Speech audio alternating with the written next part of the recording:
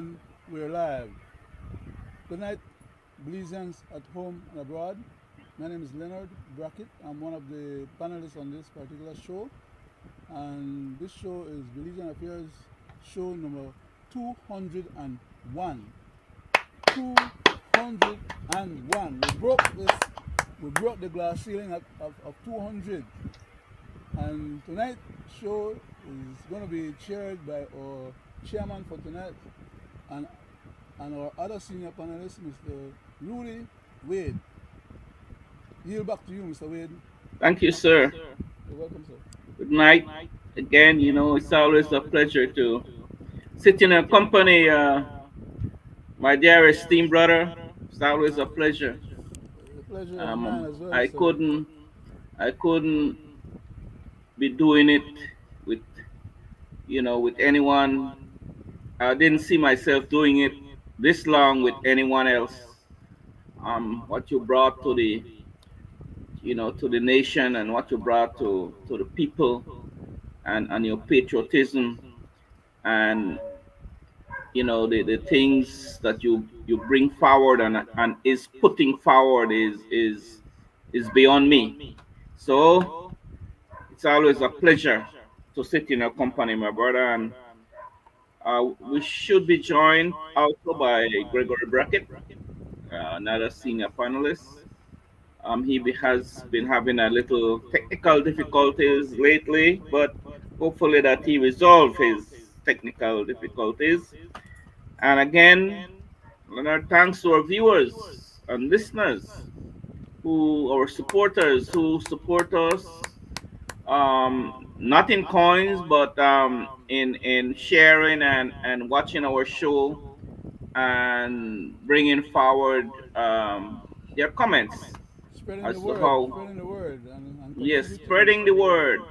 to a And better Belize. that's exactly, and that is our main focus, for our people to get educated. We are not like the Constitution Reform Committee that says they're going to educate you on the Constitution. No, And then they we fall on have the been, face yes, or you disappear off the know, scene.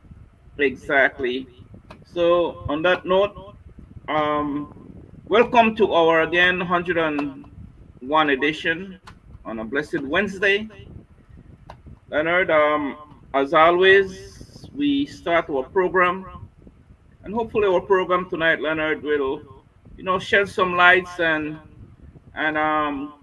for people to see what we are seeing, if they are not seeing the same thing, and to know that there are people out there who is watching, and who love some things and hate some stuff that goes on in our country, and we speak about it. So, on that note, we always start with a prayer and then a reading. And I will ask Leonard, can you please lead us in a prayer, sir? Yes, sir. Thank you very much for the opportunity accorded, Mr. Wade, Mr. Chairman. I'll just bow my head for a minute and say a short prayer, sir. Divine, loving Father, thou who art the creator of heaven and earth and all that in them are, into thy hands we commend ourselves once more, our country of Belize, its people and leadership, this country of the United States, its people and leadership, as well as the rest of humanity. Loving Father, thou knowest our hearts, our desires, even our most secret thoughts. We pray that thou mayest hear our supplications, that thou mayest continue to grant us health, courage, wisdom, knowledge and understanding, perseverance and fortitude, loving Father, that we may be able to speak truth to power if need be. And in the instances where we have people who have need of food, clothes, and shelter, that thou mayest have mercy upon them and give them some reprieve. We pray that thou mayest bless also those people who are in areas where there's wars and disasters, man-made disasters, from slaughtering of people without any regards to humanity. We pray, Lord, that thou would bless those people who are in harm's way, especially the innocent people who have nothing to do with this crazy stuff that we are experiencing. We pray that God may bless those people and have mercy upon those people too who are in disaster areas such as flooding, hurricane, tornadoes, earthquake, and many other disasters, Lord and Father. Famine. There are people who have need of food, medicine. Have mercy upon them too, Lord. For we ask these mercies in Jesus' name. Amen. Back to you, Mr. Babe. Thank you. Thank you, Leonard, for You're welcome, sir. that warm prayer. May the Almighty continue to bless us, guide us with wisdom and understanding. And again, we have our format for a show. We will have a reading from Ecclesiastes, and I'll continue from chapter 7. I'll continue from 20 to 29.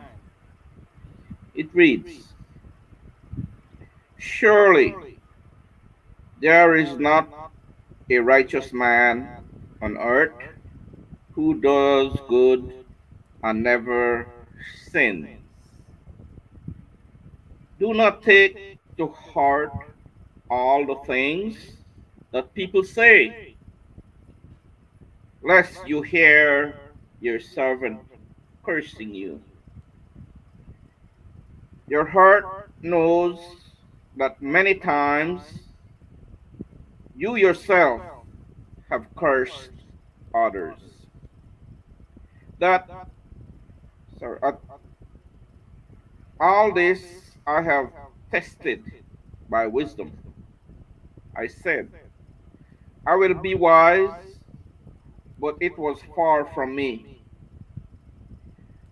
That which has been is far off and deep, very deep. Who can find it out? I turn my heart to know and to search out and to seek wisdom and the scheme of things, and to know the wickedness of folly and the foolishness that is madness. And I find something more bitter than that. The woman whose heart is snare and nets, and whose hands are fetters. He who pleases God escapes her, but the sinner is taken by her. Behold, this is what I have found, says the preacher, while adding one thing to another, to find the scheme of things which my soul has thought repeatedly, but I have not found. One man among 8,000 I found, but a woman among all these I have not found. These, see this alone I found, see, this alone I found, that God made man upright, but they have sought out many schemes. That's my reading from Ecclesiastes chapter 7, 20 to 29. Leonard, Yes, sir. brother, there's a lot going on in our country. It's like a never ending saga. Um, this is what I would like to continue to preach. And for us, nothing blows over like a little breeze, because that is what the system would like to happen, so that they continue their carnage without notice. So on that note, I call on my people to acknowledge that we are still in a hurricane season and to stay prepared because it's not the first hurricane that might hit us. The season will not go away, and the system will not do better in terms of better off conditions, in terms of um, disaster and hurricanes. Um, we have seen their action, and it's not good. It benefits some, but hurts a lot of other people.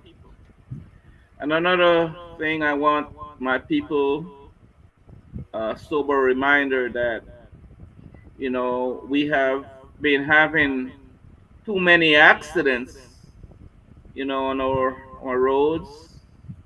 Um, it's like a curse. I would say because of the severities and the continuous accidents and fatalities on, especially I'm talking about on our highways. I'm not talking about crime and violence in this country.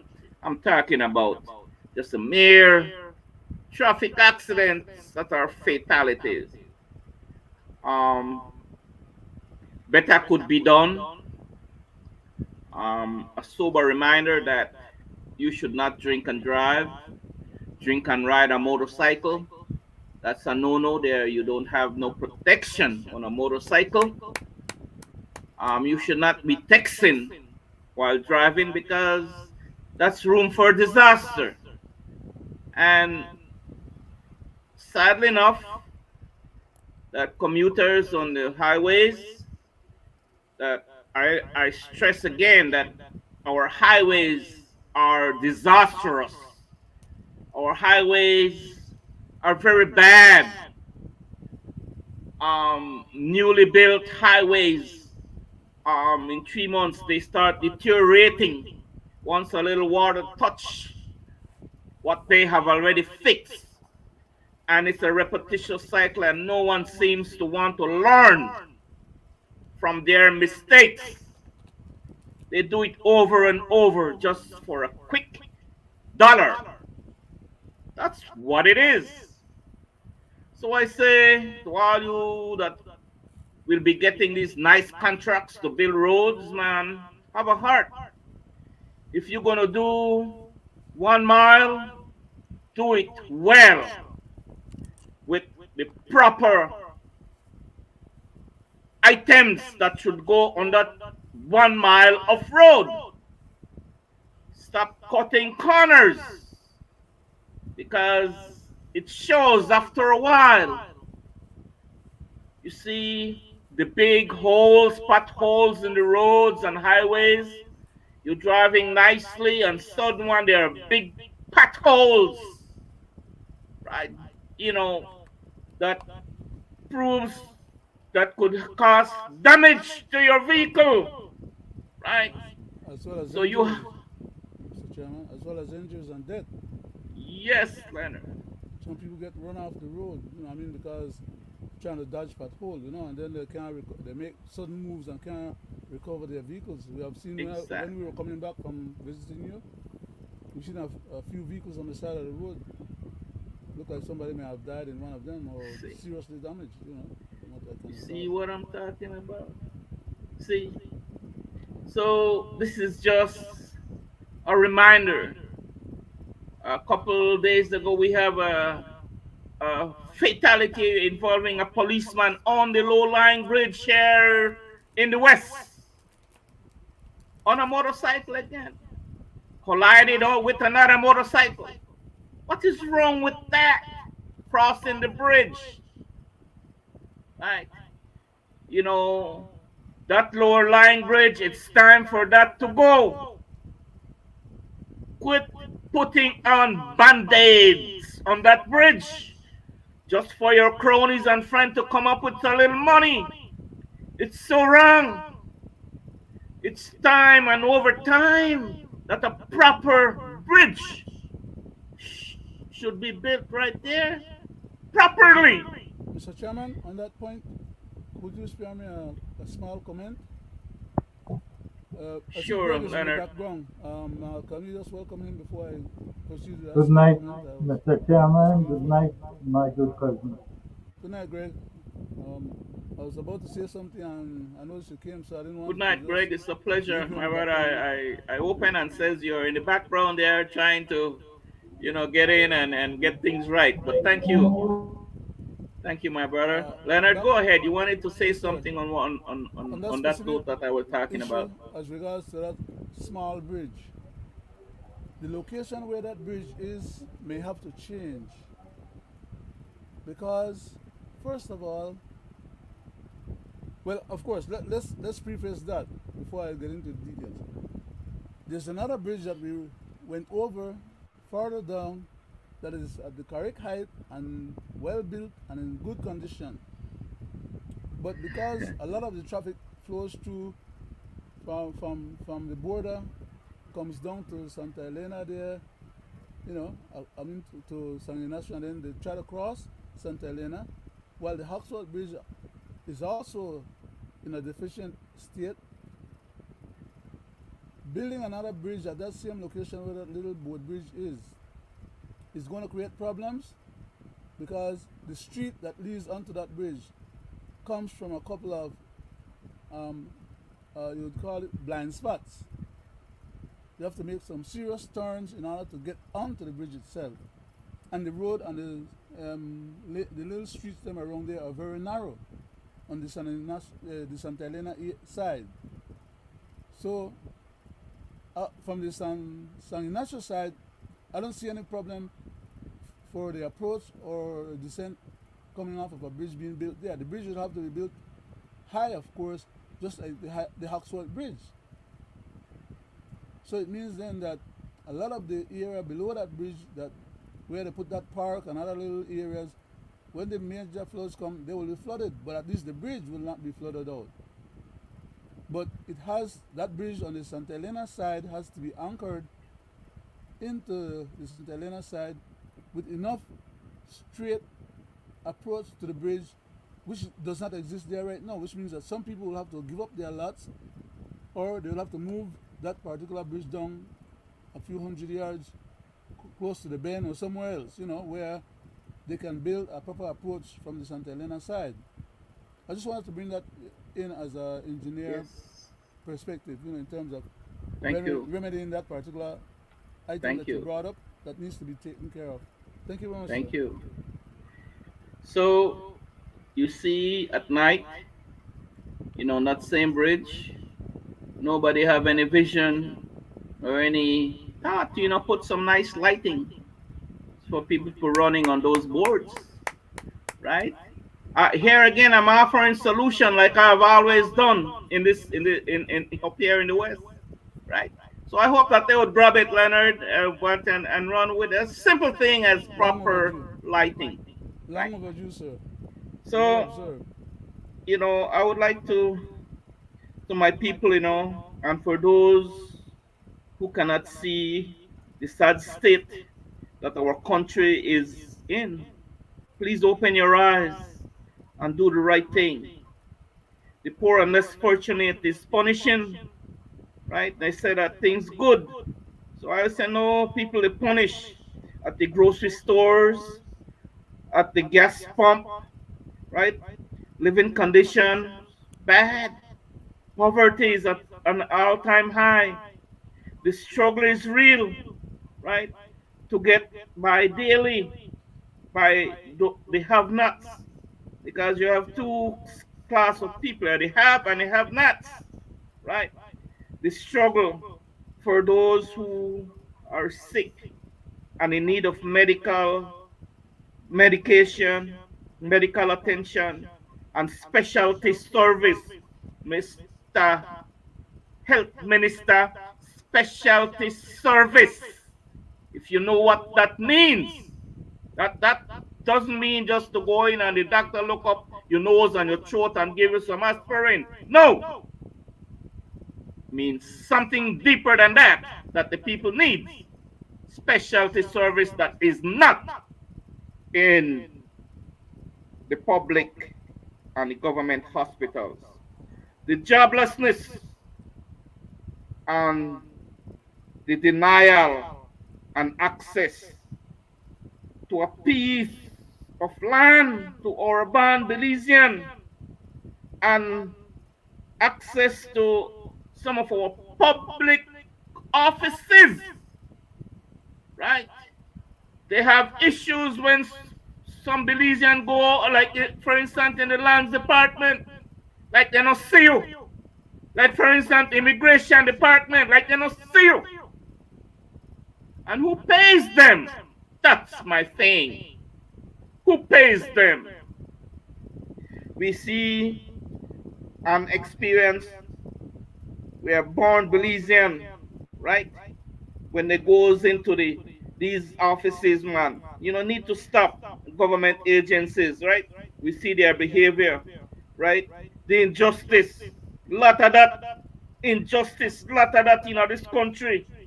Not for the haves, but for the have-nots. Injustice.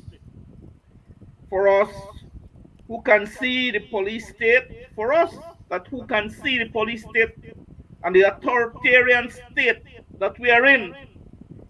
Not everybody see that, but a lot of us see it, right?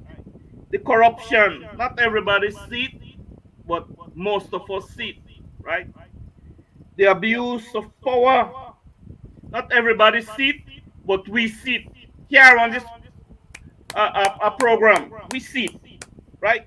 And we call it out to every time we see it. And in all the no give a damn attitude and the lies constantly by this PUP government and past government. They no give a damn because they have a reason why they don't give a damn, right? And the abuse of the taxpayers' money and the trust of the people. We are living in a country that is not secure, right? And our leaders has no plan and is in bed with the enemy. They are in bed with the enemy. So we are like a child without a father and a mother. In that regard, we see lies upon lies. We see the squandering of grants, loans given to the nation of Belize, and all in the name as for the Belizean people, where 20% goes on the actual cost, whatever they beg the money for, they get 20% or 30%. Where does the rest goes? Of course, unaccounted for. And they say to the world, it was well spent. And please, can you give us some more to every time? Sad. We see a country infested with crime and violence, drug infested, cartel infested, especially in the north, mafia, especially in the north, and terrorists. We have that in this country. And no SOE to counter it. And no SOE up north. Right? So who are these people fooling? Right? Money laundering. But yet, when a diaspora send a little money to their loved ones, they want to know tooth and nail about the little $100, the little $200, the little $500, the little $1,000 they get in on a regular basis that comes into this country but they want to know when there is money laundering at the highest level in this country. Who question them? Well facilitated too. We are seeing this two-party system, the way they conduct themselves before and after they are elected. Nothing changed. Before they get elected, there are little boys begging and girls begging, please give me your vote. And after you vote for them, they are gods and queens and kings. Repetitious cycle. And they keep coming. We see their candidates and the ones that makes up our government. We see them, right? Do they have our best interests at heart? And sadly, they get a lot of power to rule over us. I could call names, not even Banya, right? But they have power over me and you and the Belizean and everybody. You could left some of the name calling for me, Mr. Chairman. Yes, sir. Yes, sir. And I don't lie, truth. And they want you to call them Mr. and Mrs. and Honorable. In my book, they will not get that. They will not get that luxury for me to call them any Mr. or Mrs. or Honorable. Mr. Chairman, can I step on your toes just for a second, sir? Sure, go ahead, my I brother. would like the public to understand why is it that we call them a bunch of kleptocratic mafias under the guise of a duly elected government, because it is all one and the same, exactly as Yes. described. Yes. Thank you very much, sir. And sadly, they don't have no shame. No shame at all in your face. You should bow down to them. They're not shame. Some are criminals. Some are convicted of crimes. Who talk about these things, but yet they are placed on high level of society, paid by your tax dollars. Is that fair? When you have other deserving Belizean that can hold these office honorable, I call the name now, honorable, right? We keep seeing that repetitiously from a past government and a present government, right? Right. So, the politics, right? The politics in this country, you see, after the politics, you see where they sit, and they win an election, you see where they sit, and it's all about because their loyalty to one of the two-party system and giving privileges and all on the backs of the poor taxpayers and the nation. We hear from the PUP government, we have a lot of money. We are not broke, like the UDP says. I said that public not gonna come from the mouth of a minister in the house, right? So, we have money, lots of it.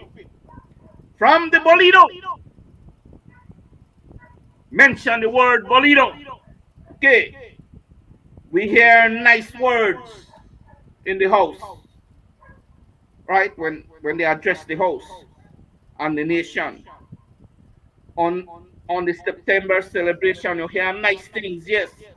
And yet, the schools needs badly. The healthcare system needs badly. But yet, these jackals say we have a lot of money. Right? So I'm just pointing out these things because you need to stop. Right? The public servants, the educators in this country need to get paid. Those that are owing, the teachers need to get paid. from that same lot of money, Mr. Man, that you talk about, and you say it's from the Bolido, man, say no more, right? Right. They have and they have not in this country just keep getting the bokut, right? We see a police department that is in denial in every which way. Denial. Fail and fail and failing. We see it happening, right? In denial. And also a government that is in denial, right? And especially this PUP government right now, they are in denial and failing in many ways. We see their priority is setting up themselves and their fanatics and their family, passing laws to suit themselves and tax breaks to suit themselves for the rich, the powerful, and ministers who are businessmen. So when they get kicked out and voted out, they ride off in the sunset because they have made and paved their way. And on whose back? My tax dollars, with all of us tax dollars. And what happened to the poor people? What do they get? Repetitiously, we see that. Right?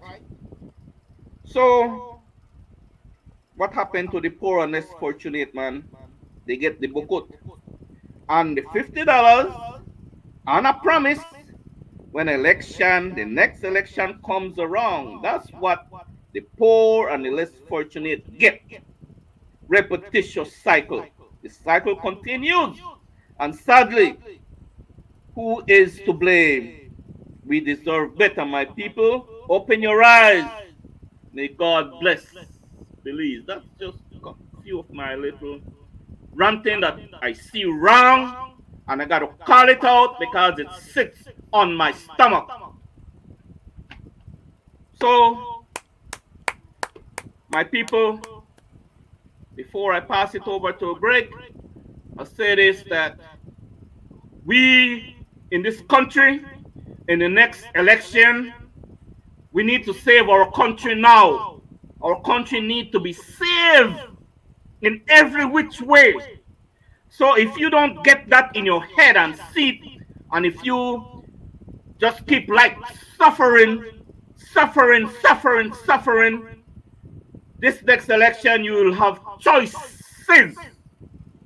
You will have a different entity, Belizean Justice Movement, that will be on the ballot, that will hold people accountable for things that they have done, and will be a party, a movement for the people, by the people. Before the people, will bring back everything back to the people where it rightfully belongs. And on that note, I'm going to pass it over to Greg. Thank you, Mr. Chairman, and well said. I'm sitting here listening to your speech, and I want to go back over some of the things I have spoken about. I have constantly mentioned that we were living in a designer system that is designed to keep the underprivileged and low-class people jobless, homeless, and in poverty. Amen to that. Tonight, I want to prove it to the people at home and abroad with your indulgence. Go I ahead, have Greg. spoken about this government using executive power to rule the country. and that is a proven fact as we can see. Only some are unaccountable to the law, while others are accountable. Tonight, people at home and abroad, and Mr. Chairman, my cousin, I have spoke about narrative, and if you listen to the narrative, you will know exactly what the government is up to. I have always said that these people tell on themselves because everything that they have just recently put forth was mentioned in the State of the Nation address. And I will show it tonight step for step. Let's listen to the address.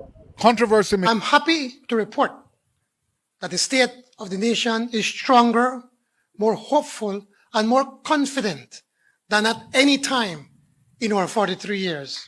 To prove that, the Prime Minister points to sustained strong economic growth. Gross domestic production as of the end of 2023 has now surpassed $6 billion, the highest level in the country's history, and in the first quarter of this year by another 10%. And for that strong economic performance, all roads lead back to tourism and that low unemployment rate. In the first half of this year, overnight arrivals have surpassed pre-pandemic levels by 15% and increased by 26.5% compared to last year.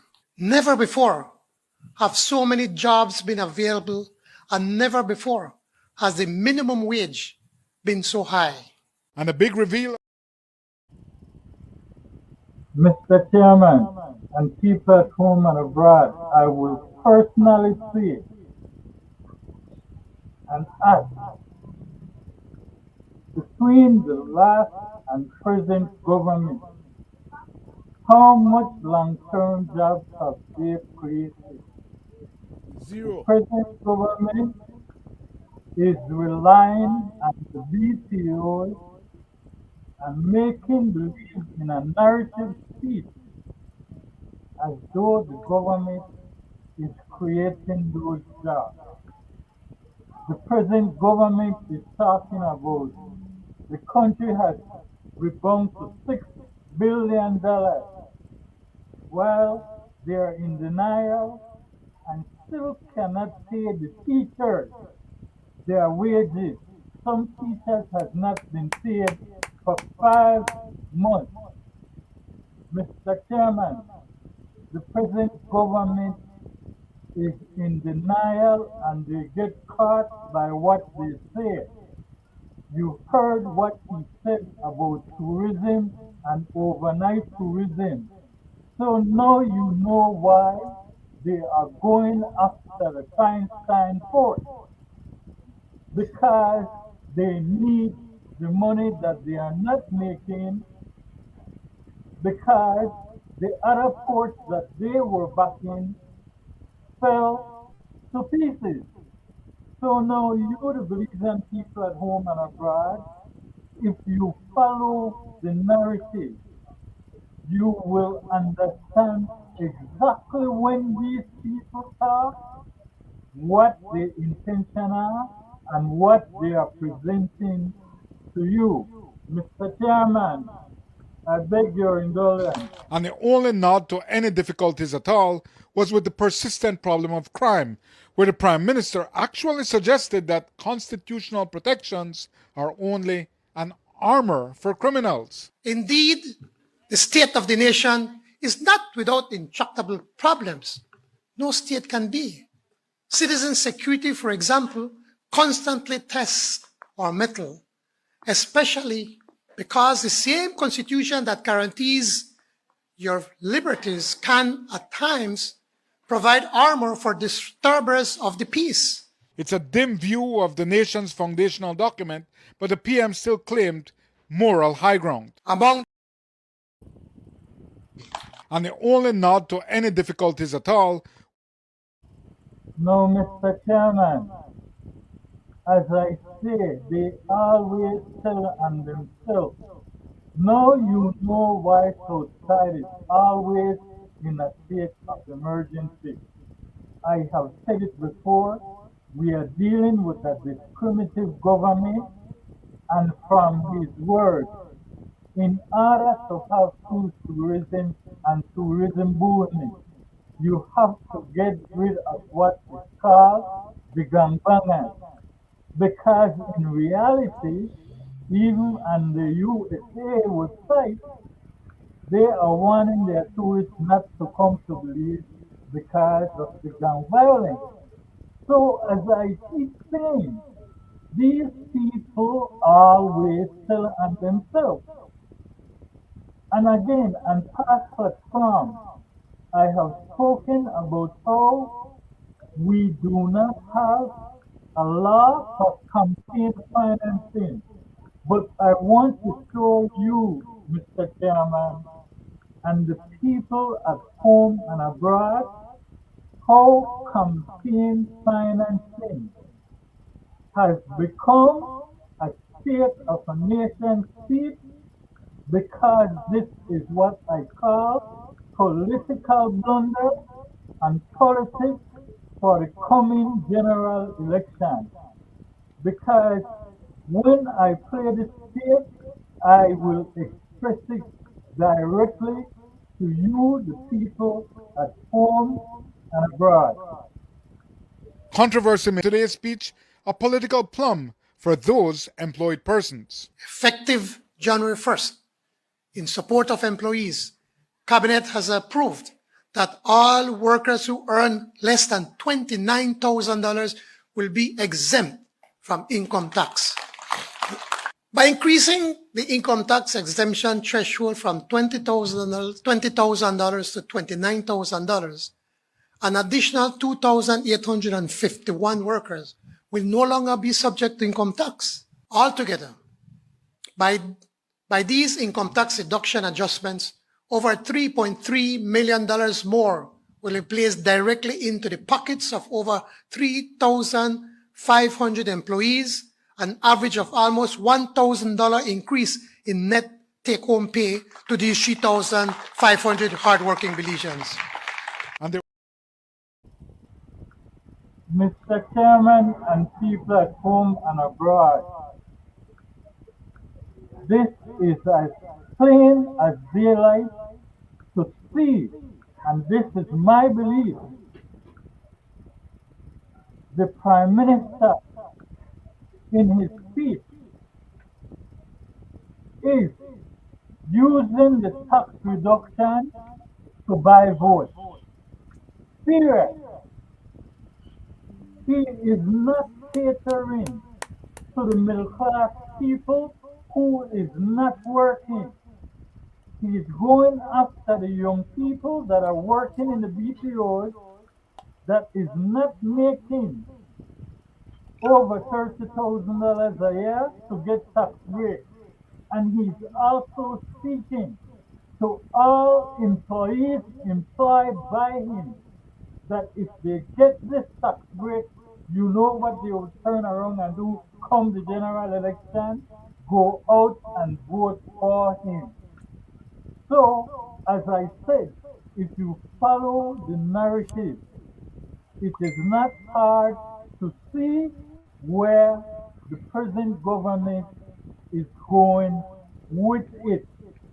That is what they are doing. I turn it back to you, Mr. Chairman. Thank you. Thank you. That's called show and tell. Leonard, go ahead, Leonard. Show and tell. Thank you very much, Mr. Chairman. Thank you, Greg. Uh, my contribution to this particular discussion tonight, the first part of it, of course, right now, is that the Prime Minister is claiming that the economy is so good under his leadership, which I wouldn't take away from him that yes, the economy has recovered somewhat. But if the economy has recovered, why the hell doesn't he pay the teachers then their salary? for over 5 months now. He took the money that he had to give the teachers and pay them, and the rest of the civil servants, from whom he had taken his 10% from them, he took that money that was being saved and gave it to Mr. Ashcroft. He didn't care one hoot about the teachers and the rest of civil servants. And a lot of those civil servants, they act as if they're not aware of that reality, or they are totally indifferent, and they are going to allow themselves to be bamboozled again. Because by the time the man calls the next election, he's going to be ready to pay them their money. Not the amount of money that he really owe them, everything that he has taken from them, but at least to get them up to state in terms of what they should be getting right now. So you have for them, you give them back part of what you take from them, what you don't take from them, but you don't have for them, you give them back all the way you take from them. So they won't agree if you get bamboozled because then they get something more than what they get right now. And they're going to go vote for the man them again for another 5 years of the same shenanigans. Why? Because then they worry about party politics issues among the different parties and with intra-party issues, rather than worry about the state of the country and the well-being of its people, as compared to the state of the country, the well-being of the economy, on behalf of those who are the ones squeezing it and using it and benefiting from it, while the rest of the people, they suck their finger and sit down home, being indifferent, being burnt out, frustrated, can't do nothing about when they see it happen, and they just give up and sit down and wait for dead. That's the state of our Belizean affairs. I yield back, Mr. Chairman. Thank you. Thank you, Leonard. You're welcome, sir. Very good observation. And we call a spade a spade. Well, same here. Always call a spade a spade. This man, like I have said repetitiously, Greg and Leonard, that nothing that man says, I believe, right? Nothing that comes out of his mouth, I believe. So that, Greg, that you reminded people, a nation, and the world of, that you played just now, that was just a political speech. It's just to fool the people again. It's just to, to make believe and to show the world that in just in his words, not in theory, that he's doing and his government is doing a very good job, right? But I just hope and pray that the world and the people see this guy for who he is, and the things that he have been saying before he get elected, and the things that he are saying now while he is elected, and the things that he's doing now since he has been elected by the people to serve and protect this nation and to do right by people and nation, right? I hope that the people will hold this man accountable, right? When they go to the polls in the next election, because, damn, 98% of the things that he has said and done does not germane to what's happening on the ground, happening to people, right? Happening is not. The good things, what the hell is $5 an hour? We had advocate for more than that on this program. And in fact, we are the one that was beating them publicly, regularly, to raise the minimum wage, right? And they have a dozen babies before they actually finally decide to raise it to a meal. Is thinking $5. You hear his beautiful words that, oh yeah, well, $5 an hour that had never happened in this Mr. Chairman, country. if I may, Go ahead, Mr. Greg. Chairman, the present government has raised the minimum wage a $1.70, not $5. Because if they had raised it $5, the Belizean people would have been getting $8.30 an hour. So let's not forget this boastful talk about raise the minimum wage to tie it at $5. It's the same political narrative and political blunder. No change. Back to you, Mr. Chairman. Well said, Greg. Well said. And to top that off, Leonard and Greg, while they were having a baby doing that, they were busy raising taxes Mm-hmm. to over 300%. That's before they raise it to a measly $1.70. Now, people who hear it, the real raise is not $5 that man Venom out there. No, he should have said, we okay to raise the minimum wage, increase it $1.70, not $5. So that's another thing that I say, that nothing that that man says that I believe, right? All that good things that he talk about, BPOs and jobs and taxes, you know, that they who are going to be taxed and who not going to. That's nothing, right?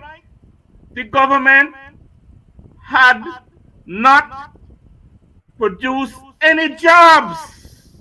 It's the BPO that they are banking on and taking ownership of. That's what they're doing. So Mr. all Chairman? that shenanigans. And as for the BPOs, if a worker work and makes anything over $500, there is 25% tax out of that $500. So what the hell that man is talking about, I don't know. The people are taking home packet full of money that had never happened before. What is wrong with that? To show you how that man thinks about people, poor people. They shouldn't be taking home no money. They shouldn't. The packet shouldn't have money, right? Oh, that's a big thing that he's doing because poor people they take home money in their pocket, huh? He not talk about the millions he give to Ashcraft of the taxpayers' money. He not talk about the millions corrupted, stolen that goes to his cause that he stole because the taxpayers didn't give it to him freely. He stole it, right? Whatever they take is called stealing, right? So that beautiful word there, Greg, and from his mouth and Leonard, doesn't mean corrupt to me, right? Just another politicking. And what really gets me, and I'm very upset, you see them, Leonard, in their white shirts there in front of him, clapping for this man. How dumb they are, right? That's a show of what? That's a disgrace in my book. Clapping for a man that is spewing out venom and they know it, but yet they clap for this man, right? Sad reality. Go ahead, Leonard. Thank you very much, Mr. Chairman. Uh, on that issue of him giving hundreds and hundreds of millions of dollars to Mr. Ashcroft, that he squeezed out of the teachers and the rest of civil servants and the rest of us as well. How much better off could our country have been had he not maladministered our financial department or Ministry of Finance? Had he not gone ahead and make all these dastardly deeds behind the scene, in secrecy, as a matter of fact.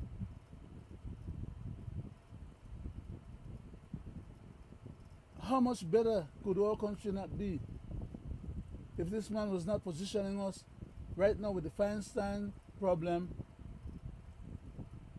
to end up paying some more money out of we pocket to steal somebody's private project so that he could go and give it to for him buddies them. Use our powers, compromise our governance, expose us to a further litigation by the complainants who will take this matter to court and who may prevail, or the government will probably settle with them out of court, and on our dime, another few $100 million. Where could that money be spent? Paying teachers, paying the retirees, helping people who are in poverty. You know, how much can $100–200 million do for our economy and our country and our people right now in the dire straits that we are? But he is boasting about the economy recovering while he is taking the damn money without the proper authorization, by the way, and giving it away in big bulks to people who keep back when he changed to him for his political campaigning. Truth on that. Not to say the least that he's That's how I stealing see the it too. project from a local Belizean on behalf of a foreigner to help them launder for their money. What the hell is wrong with we government? And all of we members of cabinet, under the Secrecy Act of cabinet, discussing and arriving at their consensus in secret, are going along with this kind of shenanigan, bamboozling the people, mismanaging the affairs of the people, because they're not in affairs that they manage. It's Belizean affairs, as is the name of this particular show. That's why we call the show Belizean Affairs, because we're interested in what the government does with our affairs, not their affairs. Their affairs is to act as a bunch of kleptocrats, mafias, under the guise of a legitimately elected government, using the powers of the legitimately elected government to act in secrecy as a mafia cabal at our expense all the way through. That money could have gone and still could go. In fact, the $7 million that they paid for that piece of land, half of that could have been paid for that piece of land, and you still would have been overpaying. And the other half could have gone to the teachers them, or the retirees who haven't gotten their benefits, or any other thing, which is why I said the man and they mismanage the country. But a lot of Belizeans could care less. They don't even want to hear us talk like that. Why? Because they say, well, them man that for them ballet. So whatever they do, good, bad, or indifferent, they could care less, and you know, they're authorized as the government to do what they want to do anyhow, which is not true. They are authorized as the government to look after our affairs. We the pay them.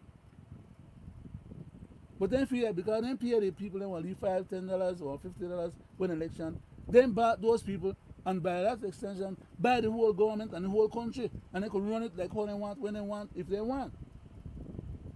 As if there's no laws that guides them and tell them what they're supposed to do and what they're not supposed to do.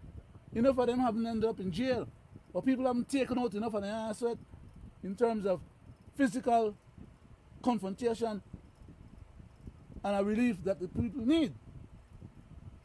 These guys have suffered no consequences to all the carnage that they have visited on this country. Happen in other countries. It happens in other countries, Leonard. So you're not saying something And they are that does putting not us, happen. or they are putting our country in a situation where we are soon going to become like those other countries, because only so much a human being could take. After a while, you know, they blow up. Amen to that. We have seen it happen over and over in all over the world. Many other countries, rich countries, poor countries, powerful countries, small countries, where human beings have a tendency to play the fool, take their licking until they can't take no more. Then they jump up like the bad dog and one bite in their one master. But these fools don't recognize and realize and understand that. They see it happening elsewhere, but they feel themselves to be immune, which is why they treat us with such level of contempt. But the future will take care of itself. Thank you. I yield back, Mr. Thank Chairman. you, Leonard. Go ahead, Greg. Mr. Chairman, and rightfully said my cousin, Thank you, I Mr. want to Chairman. say this to the people at home and abroad. The political narrative that the present government is pushing is one that they will not be successful with. Period.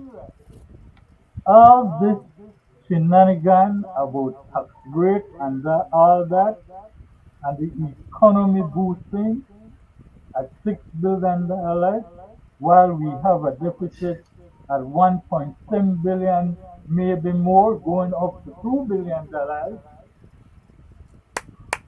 is not saying the economy is in a boost.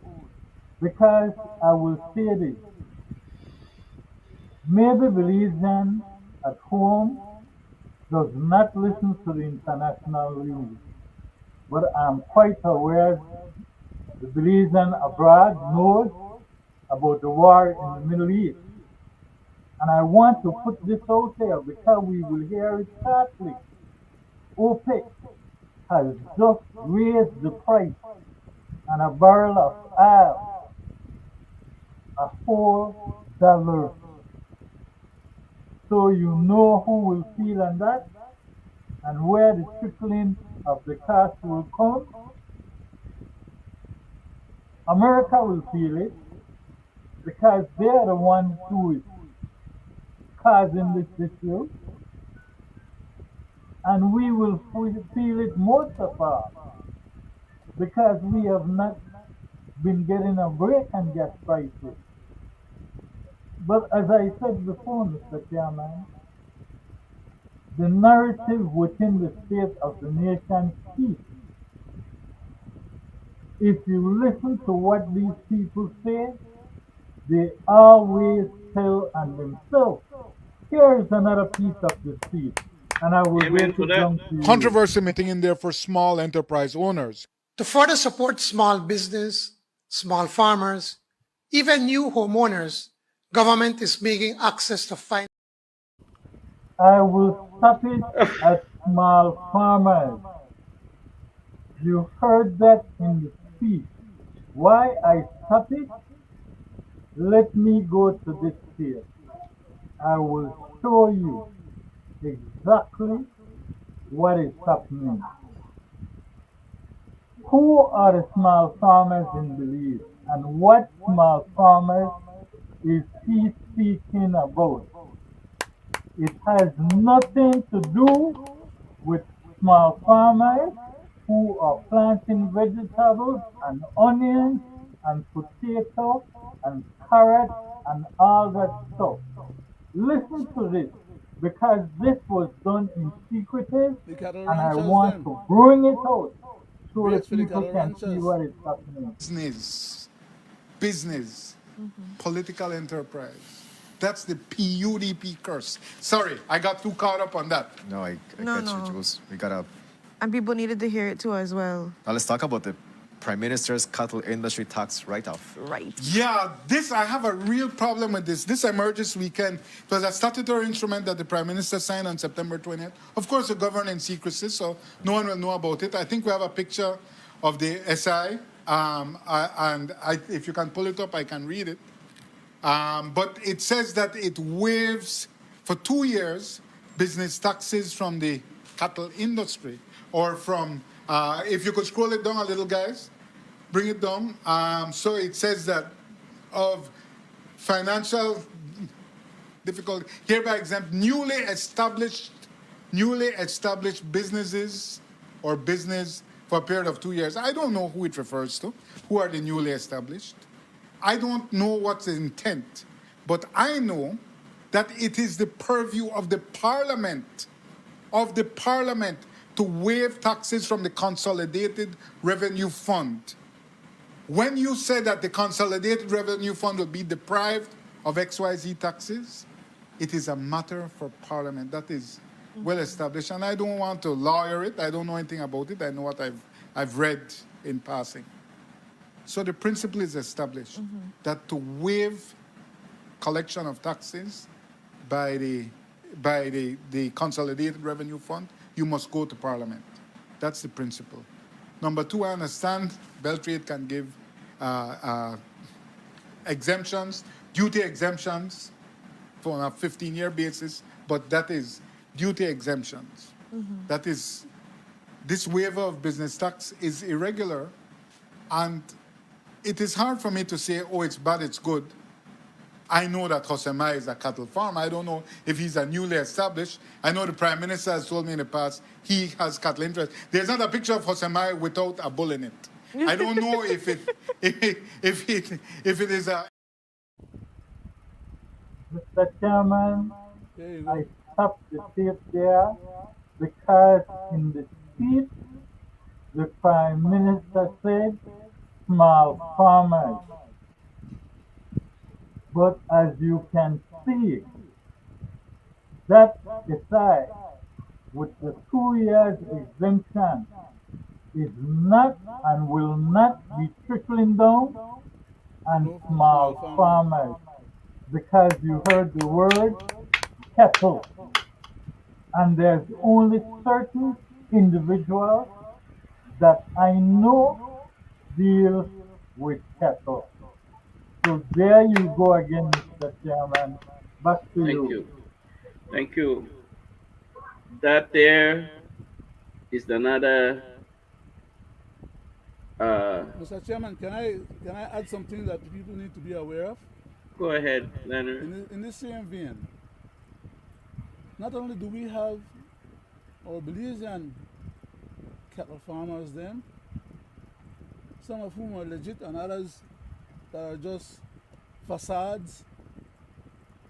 But at the end of the day, all the cattle farmers, cattle ranchers then in Belize, or people who grow cattle and sell them to the Mennonites or to any other cattle organizations or groups, end up to use we territory to develop the cattle rearing industry, legally on or illegally, as in regards to the cattle people who come across our border into Chiquibull and other areas of our country, burn down with land, cut up with lumber, steal with lumber, destroy with fauna and the rest of with birds and other, animals in those areas, develop them cattle ranch in other areas there, and then take back the cattle across the border, just like the local Belizeans who sell the cattle to Guatemala. The Guatemalans then come and raise the cattle over here and carry the cattle back over there. In other words, free land and free country, they get exploited, and not even the taxes the government is willing to collect so that free treasury could afford to pay for government services and needs. What kind of rascals do we have in our government that they can pressure for we local small people in the country, have some of the farm goods and so they rotten on the ground, while then they give their friends concessions to bring in farm products and getting concessions for export farm products without paying the duties, the tax duties, or any other money to the government. We're getting, abused in so many different ways. And the Belizean people, apparently, Keviva PUP, Keviva UDP, and Keviva anybody who wants to do us wrong, they're never willing to step to the plate and stand up and demand that the government complies with the basic requirements of serving the people first before they start serving themselves or their cronies. I yield back, Mr. Chairman. Thank you. My people, Greg and Leonard, as for what the item there just now, Greg, it's a habitual practice. They stands up in the house and says, everybody. I beat this word a lot of time just to facilitate the agenda, Everybody get help. Everybody get one food basket. Everybody get help for the hurricane. Everybody get the help that they needed. You hear them say that? There you go with this man again.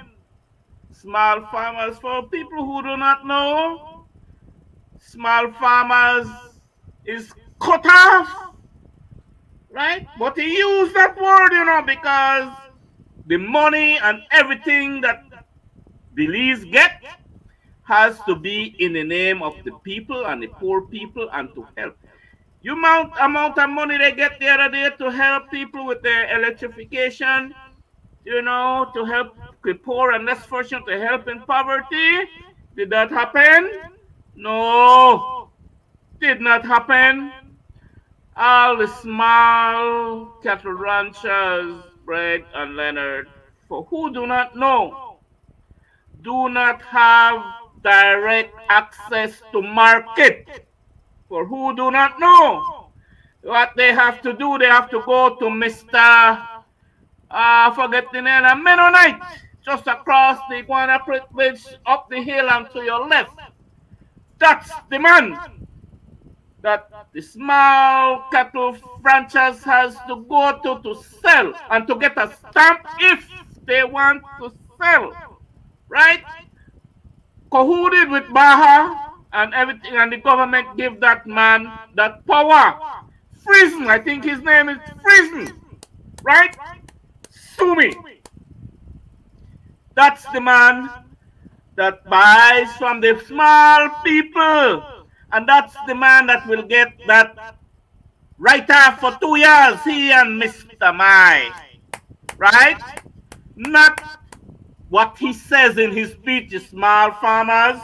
That man, I don't know how that man sleeps at night. I don't know. I'll get a heart attack for the lies and the evil that he does. Uses poor people for his political and financial gain. Use the poor people. Need to stop that. When you get licked, Mr. Man, you get it 7 times. The licking that you should have got. You get it 7 times because you're lying. Right? So this is what happened, Greg and Leonard. The small farmers, cat ranchers, goes to Mr. Friesen, goes to Mr. Mai. They are the big man now that's going to export. Right? After they buy the little small man 2-3 cattle where they have for a little bit of nothing. Right? Because the government made it that way that they do not have direct access to export. They got to go around and around to different people. Okay, so they sell it to Mr. Friesen and to Mr. Mai. That man, you have to be ashamed of yourself. And the Prime Minister said that he have interest that in cattle. item.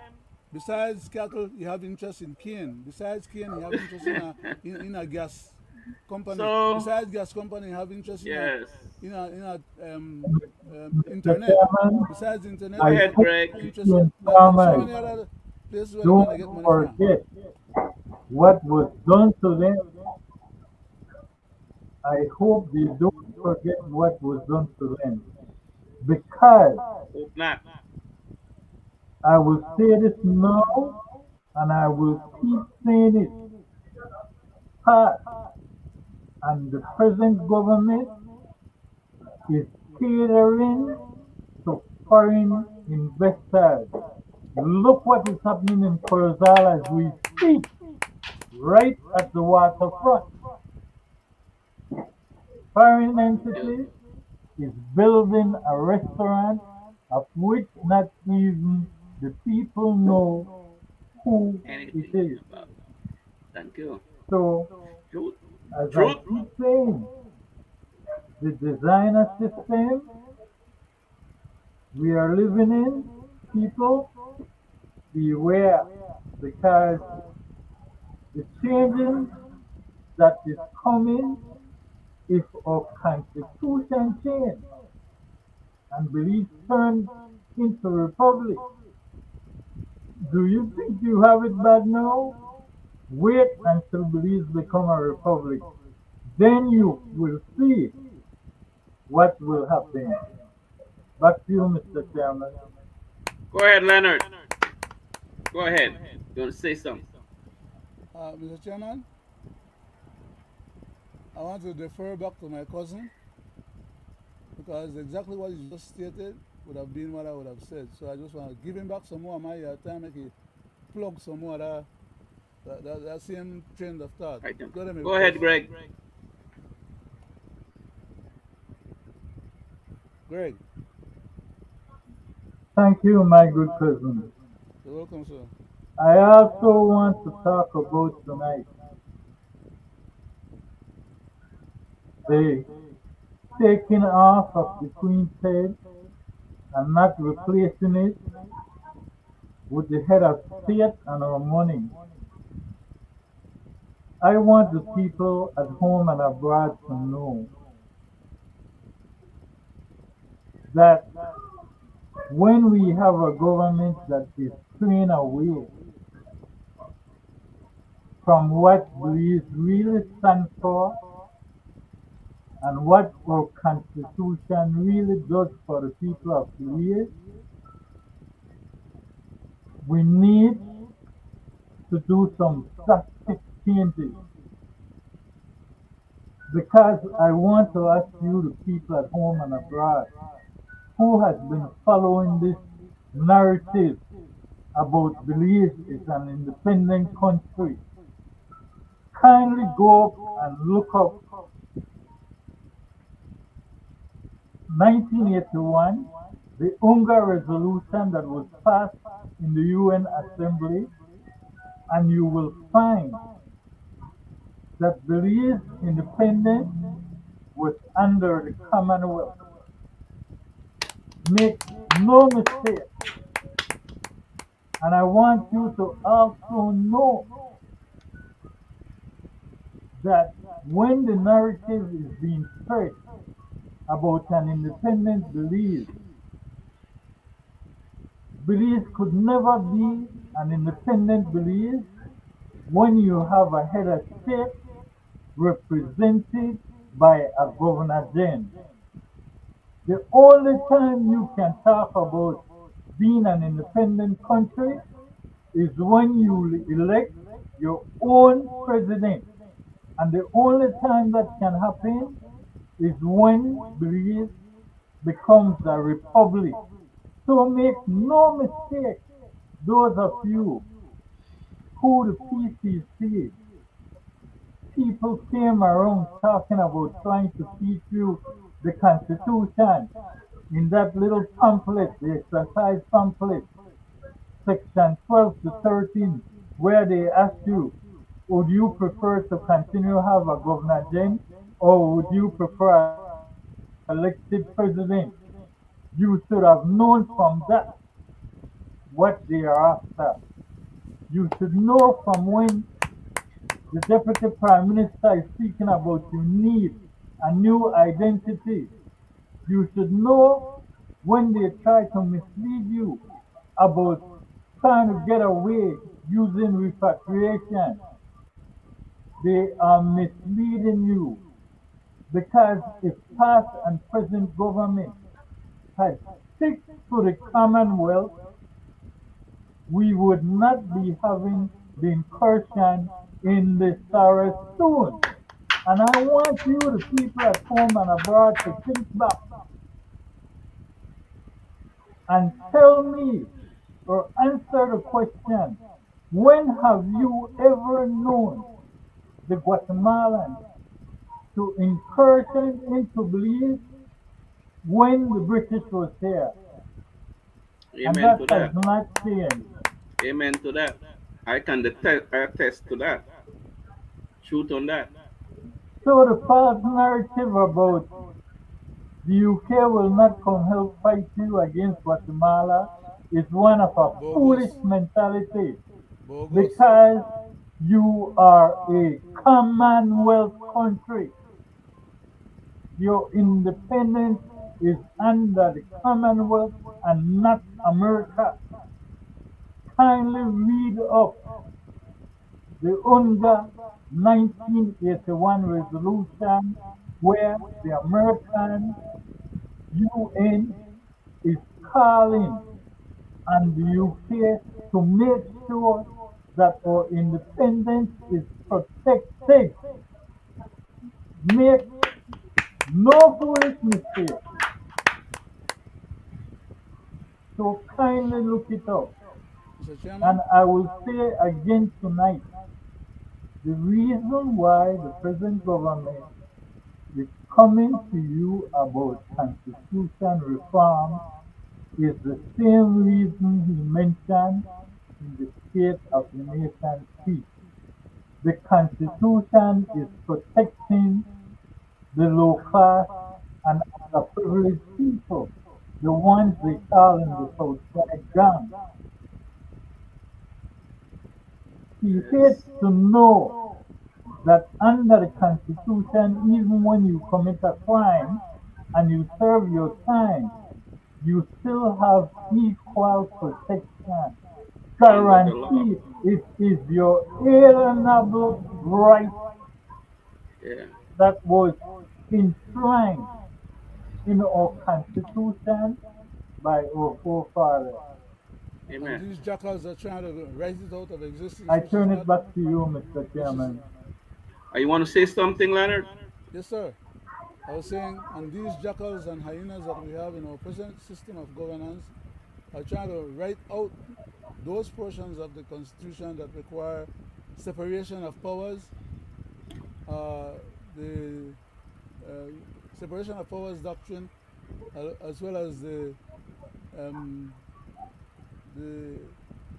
right for people's inalienable rights to be respected, and the power of the court to, under judicial review, to have the government be taken for judicial review to the court to validate whether or not, for example, in the case of this Feinstein scenario, whether or not the government declaring that it's a eminent domain possession they are trying to acquire is valid or not.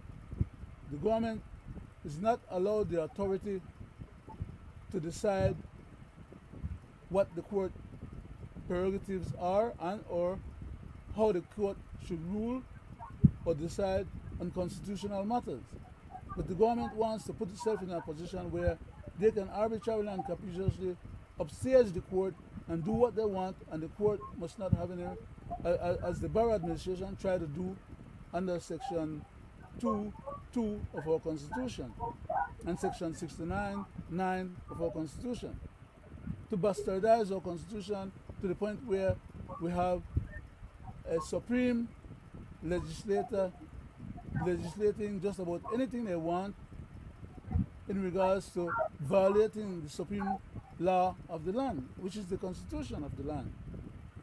And for that reason, we have indulged in this effort on our platform on Fridays to educate the Belizean people about what is it that is in the current Constitution and what is it that these people are trying to take out of the current Constitution, and what is it that they're trying to put into a new Constitution so that they can reign supreme and be able to have themselves elected as head of state. And they can only get there by committing sedition, which none of them want to put their neck out there for, but they're trying to recruit the people as sovereign citizens to help them with that agenda. And they're not coming to the public and explaining that to the public.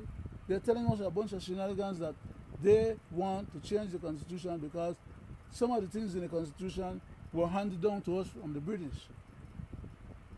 Which country in the world have a better Constitution than the British, whose Constitution has lasted over 1,000 years and still counting? And they want to create something new that serves their purpose, not the Belizean people's purpose. They want us as a vassal state of Guatemala. And that is why every time you see our ministers Even our foreign minister went to the United Nations and did not tell the United Nations that we are having a problem with Guatemala aggressing us on the South Zone, but gave the impression that we, the Belizean people, are so much in love with Guatemala that we love Guatemala more than we love ourselves. And the Guatemalans love themselves more than they love us. And that we, the Belizean people, are having a wonderful time with the Guatemalans, and we don't object to them mistreating us and or taking over our territory or controlling our territory. And our leaders are telling us, oh, we have control of the territory because we send a complaint every time the Guatemalans violate our territory. That is not true. The Guatemalans, for all intents and purposes, are effectively controlling our territory, our borders. They determine who goes in and out of our Sarstoon part of the river and who can land on our side of the Sarstoon. The Guatemalan natives can do that, but we, the Belizean natives, cannot. So for all intents and purposes, when our government is telling us, don't go there, don't interact with those people, we're not the one going there and interacting with them. They are the one crossing into our borders and into our lands and trying to bully us. Why can't they tell that to the United Nations straight up and to the rest of the world community? They go there genuflecting to the Guatemalans and making excuses with them while drinking liquor and having fine time with them, and coming back and pretending that they don't have to give account to the Belizean people. What is it that they discuss over there? What kind of agreement they sign over there? And what kind of compromise they are putting the Belizean country in? I yield back, Mr. Chairman. Thank you. Mr. Chairman, with your privilege, I want to go back to part of the Prime Minister's speech. Go and ahead. I will play a second clip Go ahead. so the people at home and abroad can understand why they want to rewrite the Constitution. Let's hear And the part of only it. nod to any difficulties at all was with the persistent problem of crime, where the Prime Minister actually suggested that constitutional protections are only an armor for criminals. Indeed, the state of the nation is not without intractable problems. No state can be. Citizen security, for example, constantly tests our mettle, especially because the same constitution that guarantees your liberties can, at times, provide armor for disturbers of the peace. It's a dim view of the nation's function. I will stop it there, and I will show you why he is so adamant to rewrite the Constitution. It has been months on this platform. We were speaking about the unconstitutional state of emergency and how they pick up these young men under international law. It is called trafficking because they committed no crime. Here is why. The state of emergency powers obviously are wide-reaching powers, but they are not powers that are without safeguards, without fetters. The framers of the Constitution, in their abundant wisdom, ensured that while they would grant the state these wide powers, that they would also ensure that citizens were not subjected to arbitrary violation of their rights. And this is one such arbitrary violation of my client's rights. And so Mr. Ronley Petio, who is the client, and the applicant and the person who is instituting this claim would have been, we say, forced in prison from July of this year until just a few days ago. The Constitution grants the state of emergency powers in Section 18, but the safeguards immediately follow in Section 19. All right? To ensure this type of arbitrary action does not take place and that there is some mechanism in place to allow for the powers of the state to be checked, and so to ensure that we don't fall in this exact circumstance where an innocent person who does not fall within the parameters that they declared the state of emergency is subjected to, again, false imprisonment and a breach of their constitutional right. I mean, liberty is one of the most important. Mr. Chairman? Mr. Chairman, how much time have we said that? How much time have I put it out there with the case law? Go ahead, Mr. Brackett. Thank you, Greg. Mr. Chairman, I would like to beg your indulgence, because also, in addition to what the distinguished lawyer just pointed out, I would like to point out another issue. That is that the Constitution, yes, allows for state of emergency, but it lays the groundwork for what constitutes the right and the powers of the state of emergency when it is complied with. For example, it demands that in order to put a state of emergency in place, the government must show to the court before it is authorized to have a state of emergency validated, because only a court can validate a state of emergency or the validity or declare the validity of a state of emergency. The government cannot arbitrarily and capricially get up and say, well, we're declaring a state of emergency because of this reason or that reason. That matter should be fleshed out in the courts, because it has to be constitutionally validated whether or not the country of Belize has a catastrophic set of circumstances originating, such as a mass group of people taking over governance by military force, and or whether or not we have a war with a neighbor, or we have a hurricane emergency where we have devastation, or where we have an earthquake where we have major devastation, or maybe we have some catastrophic, because that is the word the Constitution uses, catastrophic scenarios. Yes. If we have a catastrophic scenario in terms of some people belonging to a gang and usually a gang affiliation to commit crimes, then the SOEs, even though as bogus as they have been implemented or being categorized, should be put in Corozal and Orange Rock and Cayo as well, because we have mayhem going on in those communities. We have gun warfare, we have drug warfare, we have all kind of major mayhem going on, in addition to the regular daily criminal activities. Mr. So let Brackett, them go ahead and declare themselves to be equal in terms of their approach and declaration or reason for declaring emergencies, but let them first comply with the requirements of the Constitution.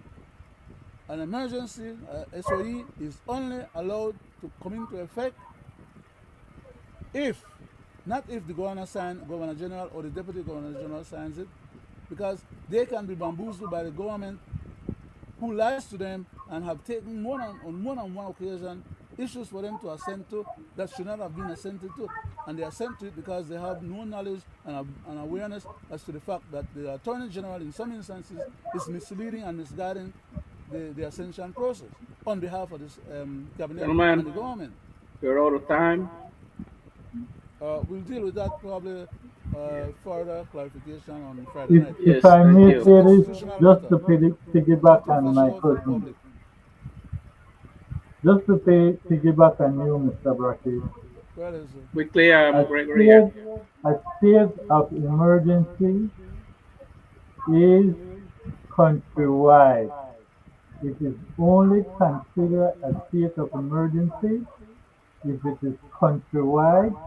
I have said that before, as in COVID-19. I have also stated